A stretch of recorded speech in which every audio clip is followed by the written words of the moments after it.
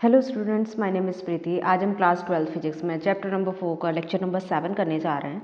इस लेक्चर में मुझे जो आज टॉपिक कवर करना है वो कवर करना है force between two parallel long wires. ठीक है, उनके बीच में फोर्स निकालनी मुझे। तो this is the force between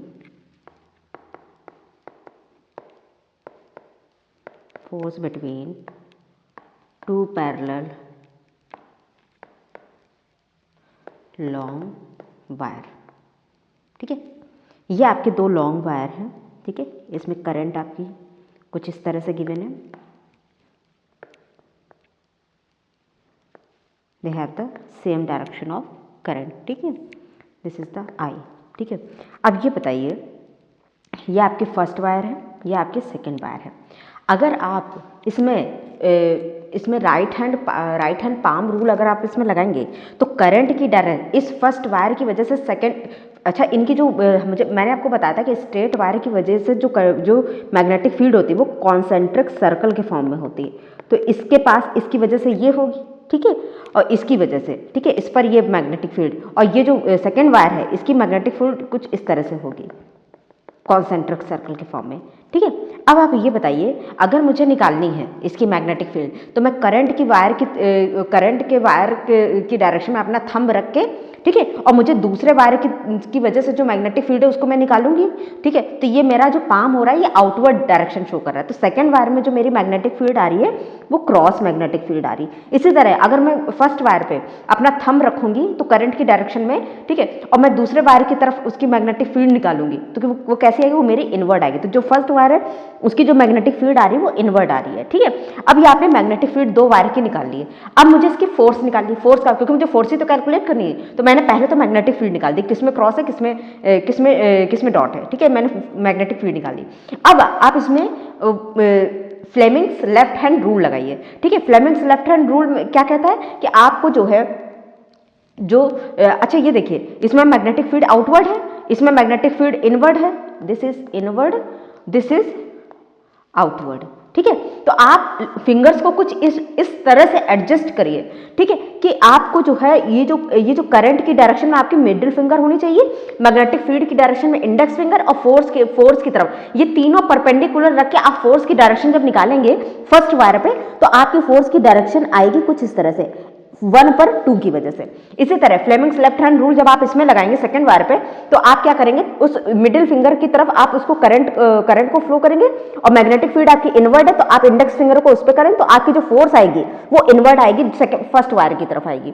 ठीक है, तो इसकी जो फोर्स आएगी कुछ इस तरह से आएगी, F2 पर 1 की वजह से फोर्स। ठीक है, इतनी बातें। और ये जो वायर की जो डिस्टेंस है ये आपको पहले ही गिवन है, R डिस्टेंस पे ये दोनों वायर रखे हुए हैं। ठीक है, और ये दोनों कैसे हैं, लॉन्ग वायर्स है। ठीक है, इतनी बातें हमने कर ली हैं। मैंने फोर्स की डायरेक्शन निकाल दी, इसकी जो ये B1 है इस पे, और ये B2। ठीक है, ये सेकंड वायर पे इसकी वजह से फर्स्ट वायर की वजह से मैग्नेटिक फील्ड होगी, और फर्स्ट वायर पे सेकंड की वजह से मैग्नेटिक फील्ड होगी। ठीक है, तो हम यहाँ पे कुछ बातें लिख लेते हैं। पहला जो मुझे केस कंसिडर करना,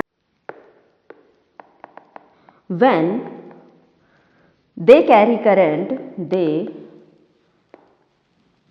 करंट in same direction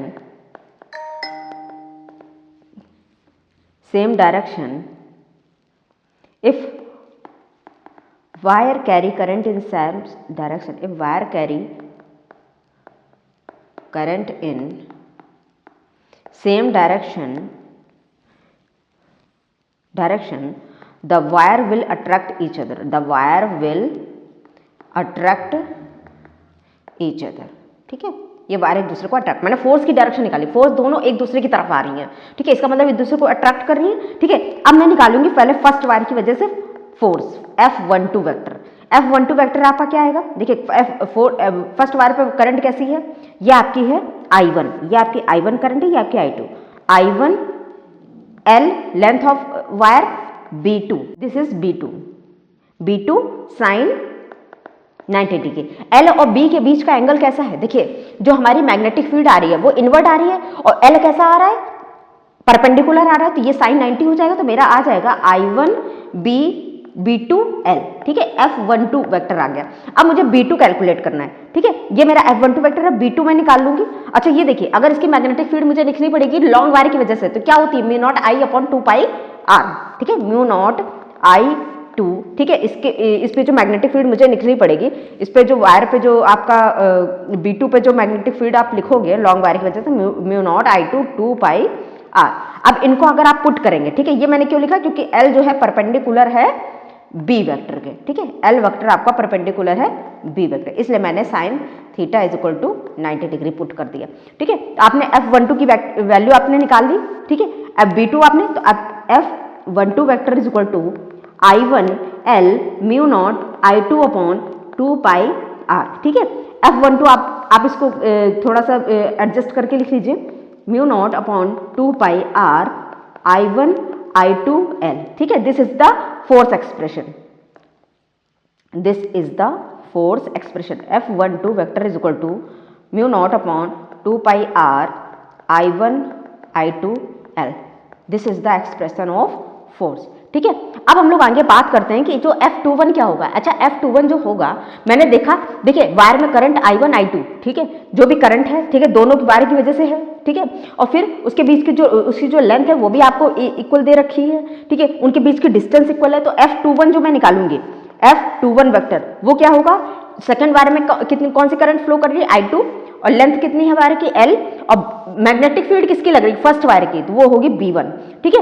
अब मैं इसको लिख लेती हूँ, B1 की मतलब वायर की वजह से जो मैग्नेटिक फील्ड होगी उसको मैं लिख सकती हूँ mu naught I1 upon 2πr, mu naught I1 upon 2πr, ये आपने मैग्नेटिक फील्ड लिख ली, ठीक है। तो जब आप इसका फोर्स का एक्सप्रेशन लिखेंगे तो फोर्स क्या होगा, F21 is equal to F21 vector is equal to mu naught upon 2πr, ठीक है, I1 I2L, ठीक है, ये इसका फोर्स एक्सप्रेशन हो जाएगा। तो आप ये देख रहे हैं ये फोर्स इक्वल एंड अपोजिट है, ठीक है, ठीक है, इक्वल एंड अपोजिट है, तो ये कैसा हो जाएगा, F12 is equal to minus of F21, ठीक है, इसको आप ध्यान रखिए, ठीक है। अब मैं बात करूंगी फोर्स पर यूनिट लेंथ की। फोर्स पर यूनिट लेंथ क्या होती है, स्मॉल f, ठीक है, फोर्स पर यूनिट लेंथ होती है F वेक्टर अपॉन L, ये आपको फोर्स पर यूनिट लेंथ होती है, ठीक है। तो आप अब जब आप इसको लिखेंगे small f is equal to mu naught I1 I2, mu naught I1 I2 L upon 2πr into L, ठीक है, तो L will be cancel out, तो फोर्स पर यूनिट लेंथ आपकी क्या आ जाएगी, mu naught I1 I2 upon 2πr, this is the force per unit length, ठीक है। ये आपको you need to remember this expression, small f is equal to mu naught I1 I2 upon 2πr, small f is the force per unit length, ठीक है। अब हम बात करते हैं सेकंड केस की। व्हेन, पहला केस मेरा क्या था, when they carry current in the same direction. अब मेरा दूसरा केस क्या है, when they carry current in opposite direction. Second case is when they carry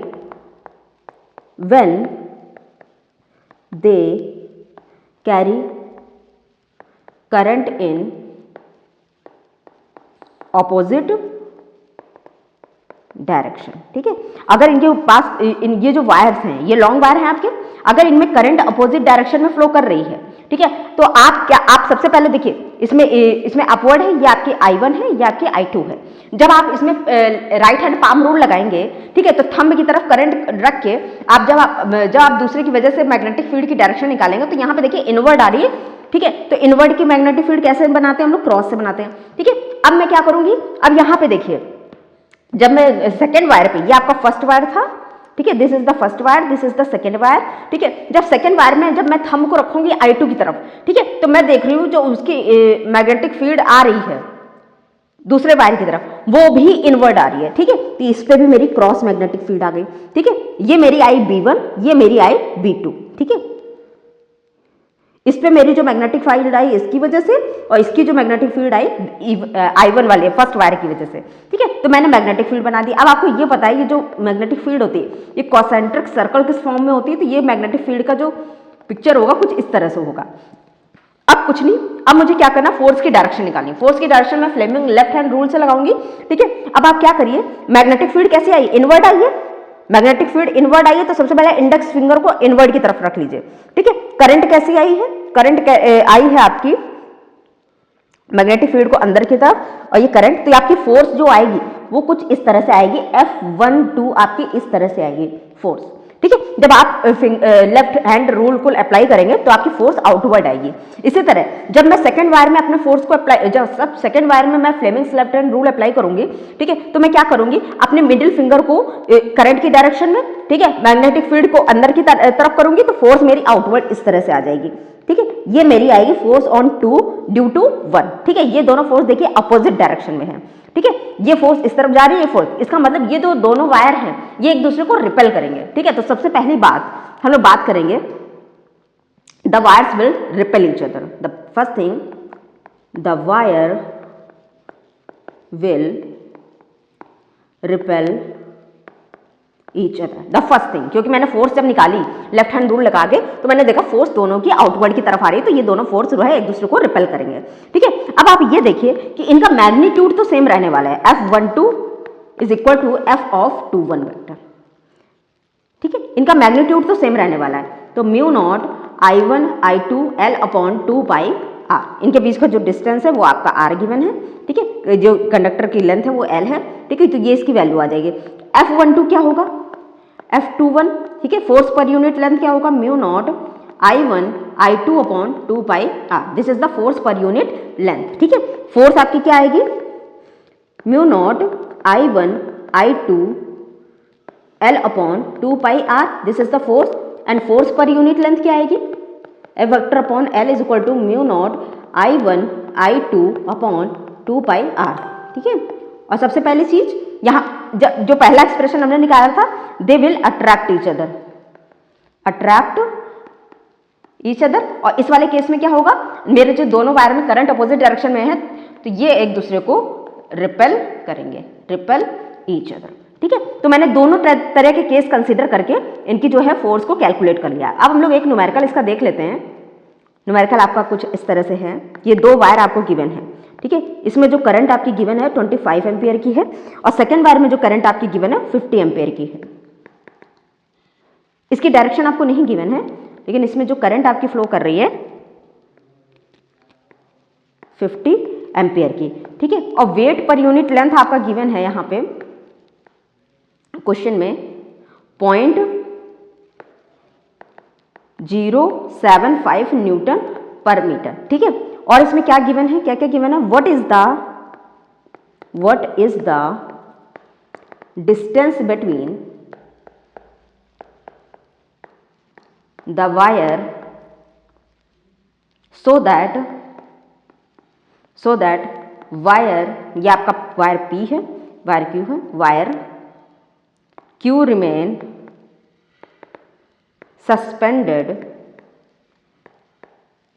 suspended and what is the direction of current, and what is the direction of current in P। ये जो आपका P wire है इसमें direction क्या होगी current की, ठीक है। मैं इसको मान लेती हूँ, ये आपके जो वायर हैं कुछ इस तरह से हैं, ये P है, ये P, मुझे P की डायरेक्शन निकालनी है, ठीक है। यही आपका क्वेश्चन में गिवन है, ठीक है। तो सबसे पहले ये बात बताइए कि ये वायर, पहले तो मैं इसकी फोर्स निकालूँ, ठीक है। ये वायर सस्पेंडेड कब रहेगा, ठीक है। अगर आप इसमें लगाइए, सबसे पहले इसकी मैग्नेटिक फील्ड निकाल लीजिए, ठीक है। अच्छा, मुझे अपोजिट डायरेक्शन में, मुझे इसका पता नहीं है मैग्नेटिक फील्ड इसकी कैसी आएगी, दूसरे वायर की तरफ, ठीक है। जब मैं राइट हैंड पाम रूल लगाऊंगी, फिंगर्स को एडजस्ट करूँ, तो मेरी जो मैग्नेटिक फील्ड आएगी वो इसकी आएगी क्रॉस, इनवर्ड आएगी, ठीक है। अब मुझे सेकंड का तो पता नहीं, तो मुझे सेकंड की नहीं बता पाऊंगी कि मैग्नेटिक फील्ड कैसी होगी। अब मुझे फोर्स अगर निकालनी है, ठीक है, अगर इसको सस्पेंडेड रखना है, अगर इसको सस्पेंडेड रखना है तो ये जो वायर का, ये इस वायर में जो फोर्स लग रही है, ठीक है, ये अट्रैक्टिव नहीं होनी चाहिए, ठीक है, ये रिपल्सिव होनी चाहिए, ताकि ये ऊपर से बैलेंस रखे, ये इसको नीचे से बैलेंस रखे, ठीक है। अगर ये इसका वेट आपको गिवन है तो इसको ऊपर से एक फोर्स इसको बैलेंस कर लें, और आउटवर्ड फोर्स कब लगेगी, जब करंट आपकी अपोजिट डायरेक्शंस में होंगी, ठीक है। तो फॉर द क्यू रिमेन, तो हम लोग लिख सकते हैं for the wire Q2 remain suspended, ठीक है, FR is reaction force is equal two volt, weight of the wire. ठीक है, तो अगर ये मेरा हो जाएगा तो मैं इसको सस्पेंडेड रख पाऊंगी। ठीक है, तो मैं F की वैल्यू को लिख लेती हूँ mu naught I1 I2 upon 2 pi R। ठीक है, अगर फोर्स पर यूनिट लेंथ और इसका वेट ये जो आपका गिवन है, ठीक है, इसमें मैंने L को हटा दिया क्योंकि ये आपका जो है फोर्स पर यूनिट लेंथ है, फोर्स पर यूनिट लेंथ। ठीक है, आपको करंट की वैल्यूज को गिवन है। ठीक है, दो वायर के बीच में जो डिस्टेंस है वो भी आपको गिवन है। ठीक है, तो यहाँ पे आप म्यू नॉट की वैल्यू लिख सकते हैं 4 pi into 10 to the power -7। ठीक है, वायर्स की करंट जो आपको गिवन है 25 ampere and 50 ampere, 2 pi into इनके बीच की जो डिस्टेंस है वायर्स के बीच की, यही आपको निकालनी है। और वेट आपका कितना गिवन है, वो इसका 0.075। ठीक है, 2 पाई से 4 पाई ये कैंसिल हो जाएगा। ठीक है, 50 2500 into 10 to the power -7 upon R is equal to 0.075। ठीक है, और R की वैल्यू क्या आ जाएगी 2500।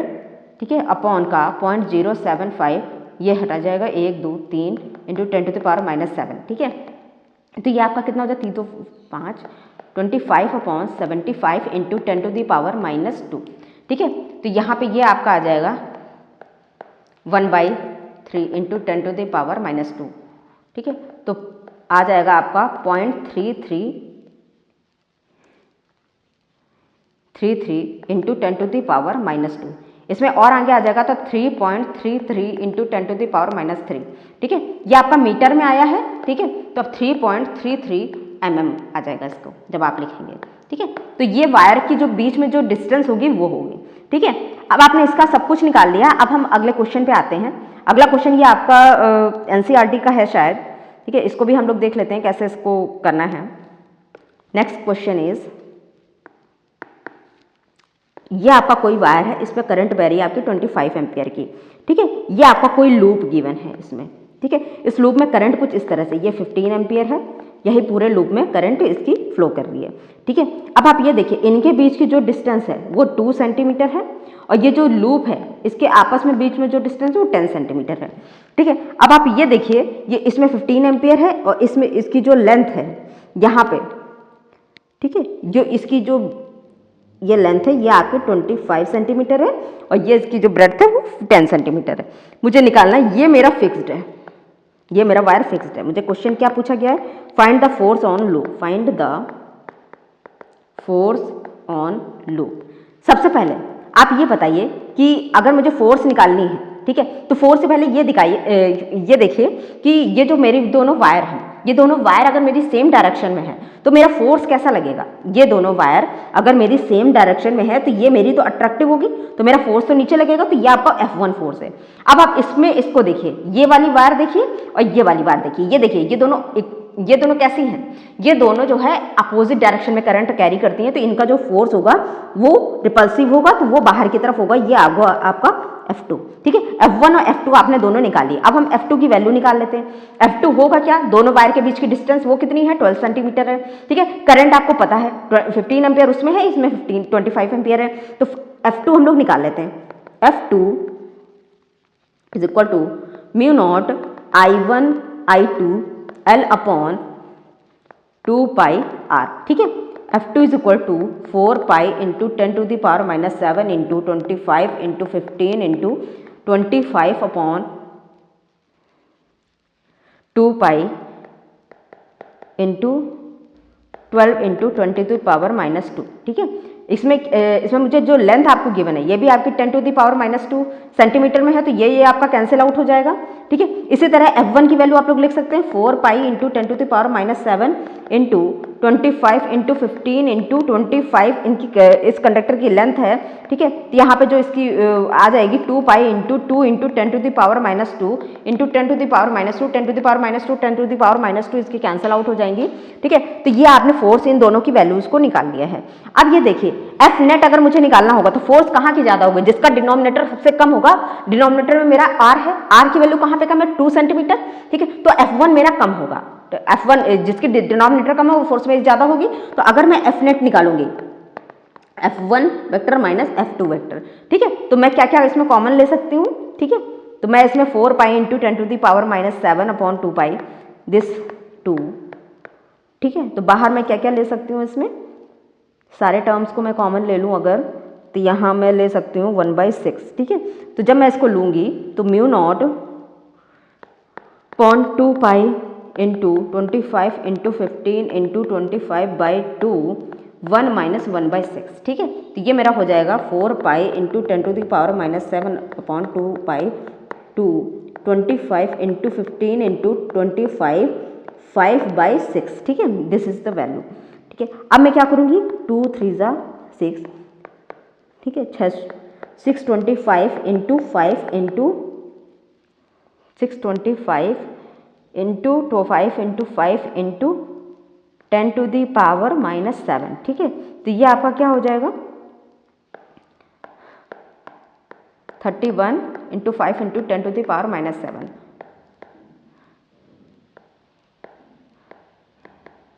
इंटू 10⁻⁻7, ठीक है। तो ये आपकी जो फोर्स की वैल्यू आई है 15,575 इंटू 10⁻⁻7, ठीक है। This is the value of force. और ये फोर्स कैसी होगी आपकी, ठीक है, ये वायर्स के बीच, इसके बीच की फोर्स कैसी होगी, ये आपकी अट्रैक्टिव फोर्स होगी, ठीक है। क्योंकि मेरी ये जो F1 मेरी वैल्यू आई है, ये F1 क्योंकि मेरे अट्रैक्ट करी है और F1 से ही मैंने इसको सब्सट्रैक्ट किया है, ठीक है। तो ये मेरी अट्रैक्टिव फोर्स होगी F net, this is my attractive force, ठीक है।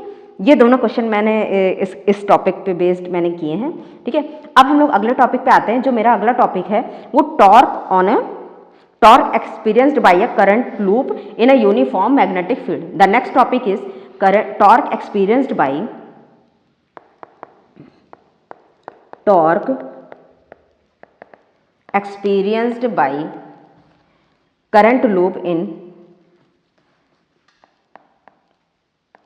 current loop in uniform magnetic field, ठीक है। अच्छा, यूनिफॉर्म मैग्नेटिक फील्ड, सबसे पहले ये देखिए, ये मेरा नॉर्थ पोल है, ये मेरा साउथ पोल है। मुझे पता है मैग्नेटिक फील्ड की डायरेक्शन क्या होती है, नॉर्थ से साउथ की तरफ होती है, ठीक है। इसका PQRS, ठीक है। इसकी जो ब्रेड्थ है वो A है, इसकी जो लेंथ है वो B है, ठीक है।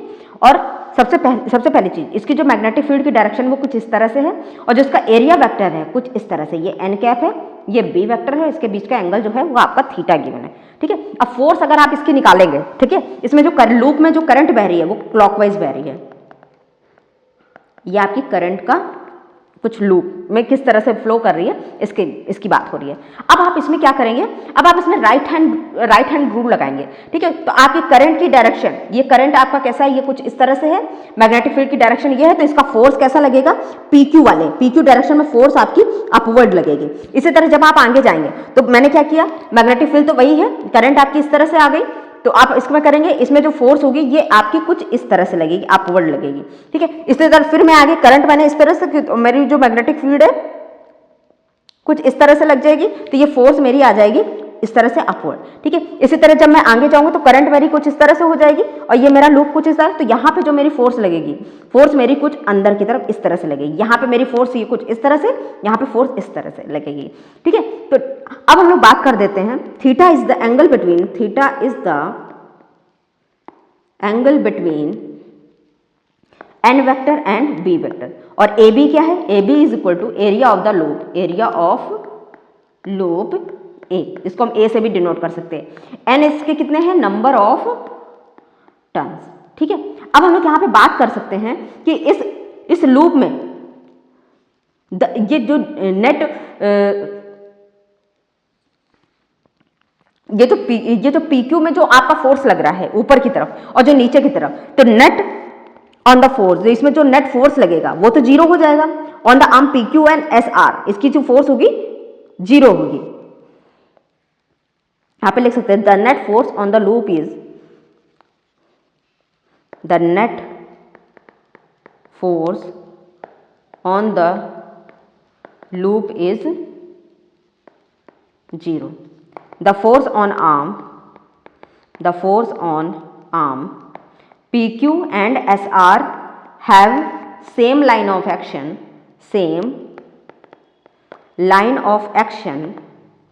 they will same line of action, ठीक है। PQ और SR, पी क्यू और एस आर में जो होगी वो तो वो 0 होगी, ठीक है। The force on arm Q R P Q and S R, P Q and S R, इसकी तो 0 हो जाएगी, ठीक है। अब हम लोग बात करते हैं line of action, hence they have the same line of action, hence they will produce torque, the force on arm PS and QR will produce torque, ठीक है। आप ये देखिए, क्योंकि ये जो PQ वाली आर्म में जो फोर्स है वो अपवर्ड डायरेक्शन में, और जो मेरी SR वाली आर्म में फोर्स है वो डाउनवर्ड डायरेक्शन में, ये दोनों forces same line of action रखती हैं, तो ये दोनों फोर्स कैंसिल हो जाएंगे, ठीक है। लेकिन QR और PS इसमें फोर्स तो लग रही है, ठीक है, लेकिन ये सेम लाइन ऑफ एक्शन में नहीं है, इनके बीच में कुछ डिस्टेंस है, ठीक है। अगर इनके बीच में कोई डिस्टेंस है तो मुझे पता है अगर दो फोर्स, ठीक है, सेम लाइन ऑफ एक्शन पे नहीं होती और कुछ डिस्टेंस पे लगती है तो वो प्रोड्यूस करती है टॉर्क, ठीक है। तो हम सबसे पहले ये देखें कि हमारी जो फोर्स लग किस तरह से रही है। ये हमारी एक फोर्स कुछ इस तरह से, ये हमारी बीच की डिस्टेंस ये है, ये मेरा दूसरा फोर्स है, ठीक है। जबकि मुझे पता है टॉर्क को हम लोग कैसे लिखते हैं, फोर्स इंटू परपेंडिकुलर डिस्टेंस, ठीक है। तो इस पे हम क्या करेंगे, अगर हम इसको एक्सटेंड करेंगे इन दोनों लाइंस ऑफ एक्शन को, ठीक है, तो इनके बीच का जो एंगल होगा वो होगा थीटा, और इसका जो परपेंडिकुलर डिस्टेंस हो जाएगी वो हो जाएगी ए साइन थीटा। ये ज्योमेट्री से आपको पता होना चाहिए कैसे होती है, ठीक है। ये आपका किस तरह से थीटा होगा, क्योंकि आपका जो रेक्टेंगुलर लूप है वो कुछ थीटा एंगल पे रखा हुआ है, तो अगर उसके बीच उस पर जो फोर्स लगेगी उसमें उसका बीच का जो डिस्टेंस है उसमें भी थीटा का होगा, ठीक है। तो अब यहाँ पे देख लेते हैं कि टॉर्क हमारी किस तरह से लगती है। Torque is equal to F into A sine theta. अच्छा, फोर्स हम कैसे लिख सकते हैं, I L B sine theta होती है। अच्छा, एल और बी के बीच का एंगल जो है 90 डिग्री है, तो ये मेरी हो जाएगी आई एल बी, ठीक है। अब यहाँ पे एल बराबर कितना है, कंडक्टर की वो जो रेक्टेंगुलर लूप है उसकी ब्रेथ, उसकी लेंथ कितनी है, वो बी है। तो यहाँ पे हो जाएगी आपकी, just a minute, I B B, this is the force. अब मैं टॉर्क में इसकी वैल्यू अप्लाई कर दूंगी, I B B A sine theta, ठीक है। तो torque is equal to I A B B sine theta, ठीक है। अब हमको ये पता है कि यहाँ पे जो टॉर्क होती है, एरिया क्या होता है मेरा, ए इंटू बी होता है, तो torque is equal to I A B sine theta, ठीक है। ये इसका हो जाएगा टॉर्क, ठीक है। This is the most important expression, tau is equal to I A B sine theta, ठीक है। अगर इसमें n टर्न्स होंगे, अगर इसमें ये जो रेक्टेंगुलर लूप है अगर इसमें n टर्न्स होंगे, तो torque is equal to the total torque on n turns, ठीक है। Torque is equal to n I A B sine theta. अगर इसमें n नंबर ऑफ टर्न्स होंगे तो इसका होगा n I A B sine theta, ठीक है। अब हम एक मैग्नेटिक मोमेंट की बात करते हैं। मैग्नेटिक मोमेंट कितना होता है, मैग्नेटिक मोमेंट होता है आई ए। अगर इसमें n टर्न्स होंगे तो मैग्नेटिक मोमेंट हो जाएगा n आई ए। एरिया आपका वेक्टर क्वांटिटी है कुछ इस तरह से, मैग्नेटिक मोमेंट और एरिया वेक्टर ये कुछ इस तरह से। तो हम यहाँ पे इसकी वैल्यू को रिप्लेस कर देते हैं, ठीक है। तो यहाँ पे इसकी वैल्यू क्या हो जाएगी, torque is equal to M B sine theta, ठीक है। अब इस टॉर्क को हम लोग लिख सकते हैं एम वेक्टर टॉर्क एक बी वेक्टर, ठीक है। Torque is equal to M cross B, ठीक है। तो यहाँ पे एन हम लोग ये नंबर ऑफ टर्न्स हो जाएंगे। कुछ स्पेशल केसेस की बात कर लेते हैं। When loop is perpendicular to magnetic field, कुछ स्पेशल केसेस होते हैं। Special cases, first case is when a loop is perpendicular to magnetic field. ये आपका नॉर्थ पोल है, ये आपका साउथ पोल है, ठीक है। अब इनके बीच में क्या है, ये आपका लूप रखा हुआ है, ये कुछ परपेंडिकुलर तरीके से रखा हुआ है, ठीक है। ये आपका लूप है, इसका जो नेट एरिया वेक्टर कुछ इस तरह से, मैग्नेटिक फील्ड कुछ उसकी इस तरह से है, ठीक है। अगर ये परपेंडिकुलर रखा हुआ है, ठीक है, तो यहां मुझे पता है theta is the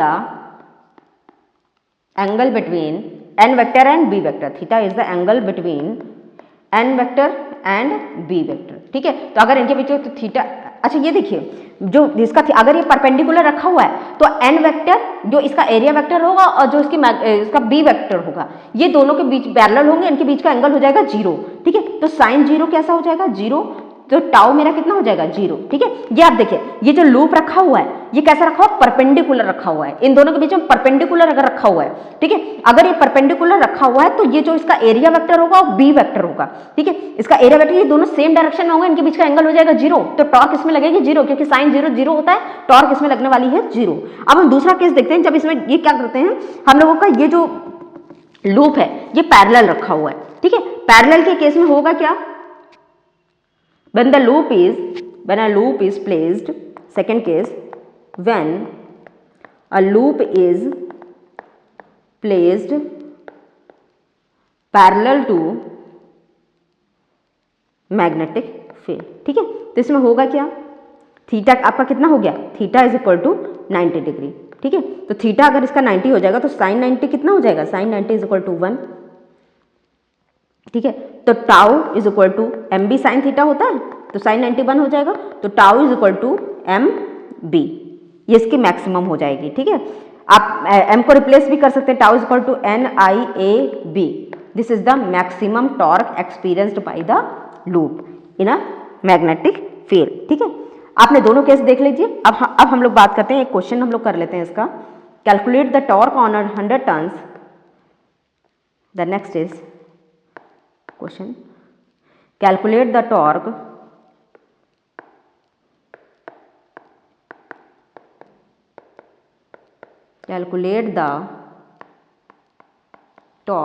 on a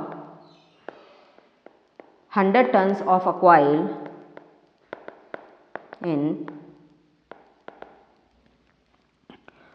tau max. यहाँ पे आपका टाउ मैक्स कितना आ गया, tau max is equal to N I A B, ठीक है। This is the tau maximum, ठीक है। आपने क्या किया है, आपने इस रेक्टेंगुलर कॉइल को इस मैग्नेटिक फील्ड के जस्ट पैरेलल आपने प्लेस कर दिया। पैरेलल प्लेस करने के बाद क्या हो गया, ठीक है, पैरेलल प्लेस करने के बाद आपकी जो मैग्नेटिक फील्ड और उसका एरिया वेक्टर, उनके बीच का जो एंगल हो जाएगा वो 90 डिग्री हो जाएगा। अगर वो 90 डिग्री हो जाएगा, ठीक है, तो उसमें साइन 90 की वैल्यू मैक्सिमम होती है, ठीक है। अगर साइन 90 की वैल्यू मैक्सिमम 1 होती है तो यहाँ पे जो आपका टॉर्क होगा वो सबसे ज्यादा काम करेगा यहाँ पे, ठीक है। अब हम लोग अगला क्वेश्चन ले लेते हैं यहाँ पे, calculate a torque on 100 turns of a coil in a magnetic field,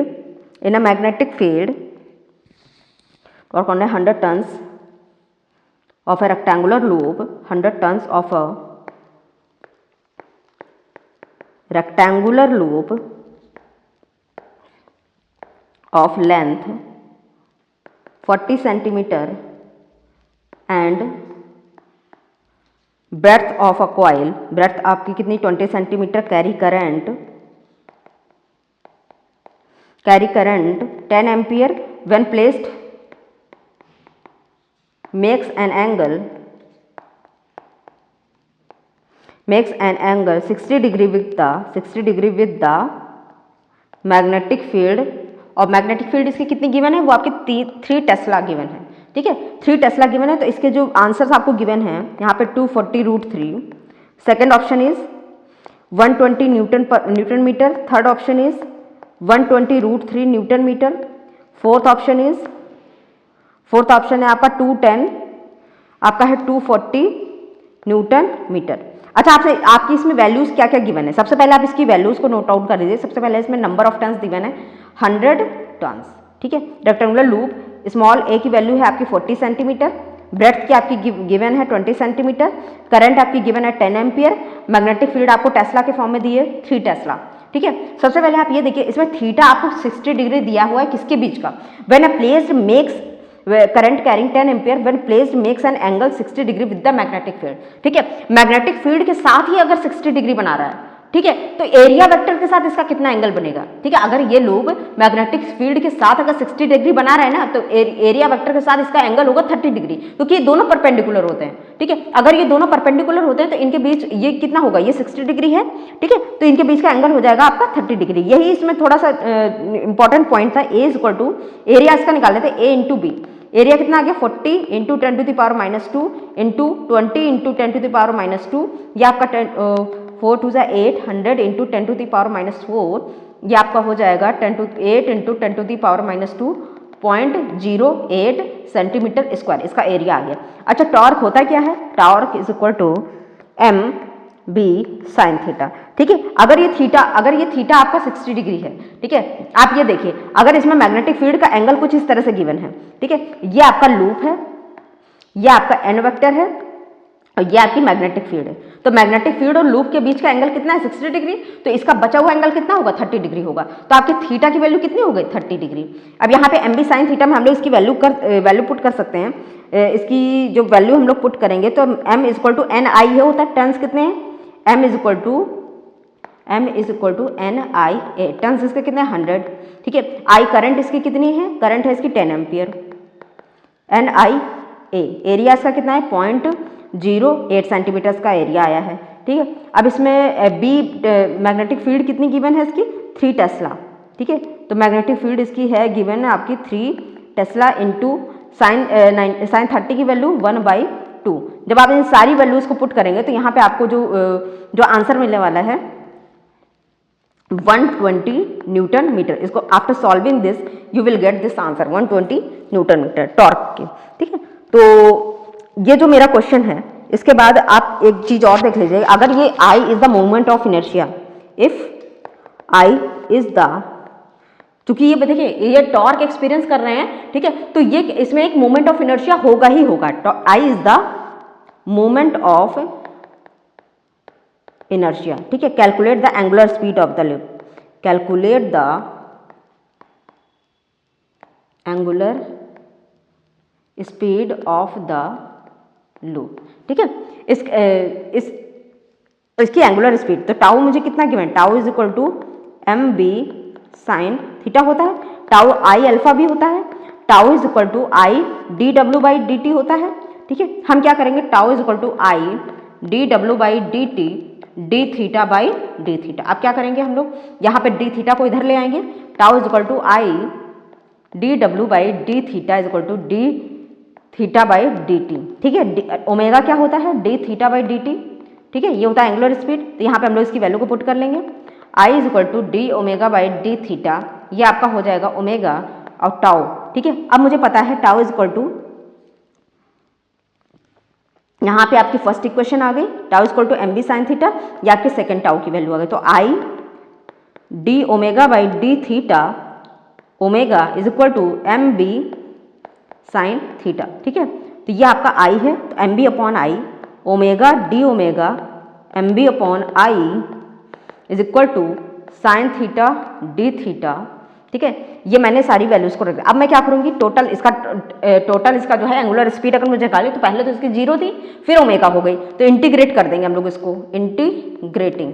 तो क्या होगा? 0 से ओमेगा के बीच में हम इसको इंटीग्रेट करेंगे, तो ये हो जाएगा एम बी अपॉन आई मेरा कांस्टेंट है, इसको बाहर कर लेंगे, तो ये हम θ1 पहले θ1 पे था तो फिर θ2 पे ले गए, sine theta is equal to D theta. ठीक है, हमने क्या किया? हमने ये जो लूप है इसको θ1 से θ2 रोटेट किया।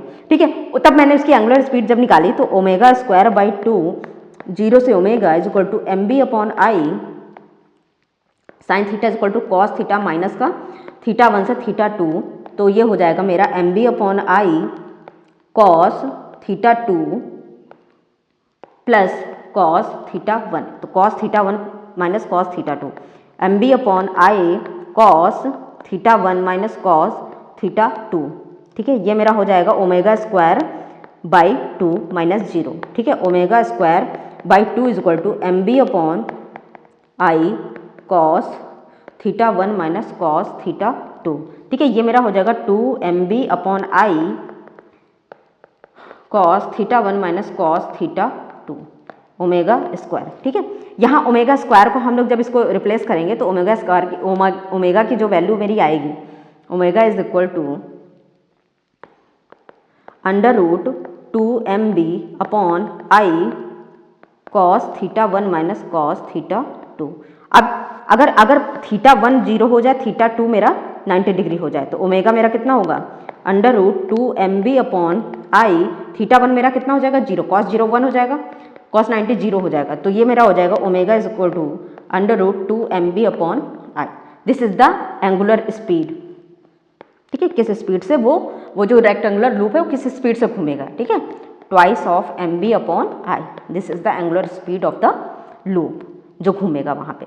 ठीक है, तो आज का ये लेक्चर मेरा यहीं पे ख़त्म होता है। If you like this video please share and subscribe. Thank you.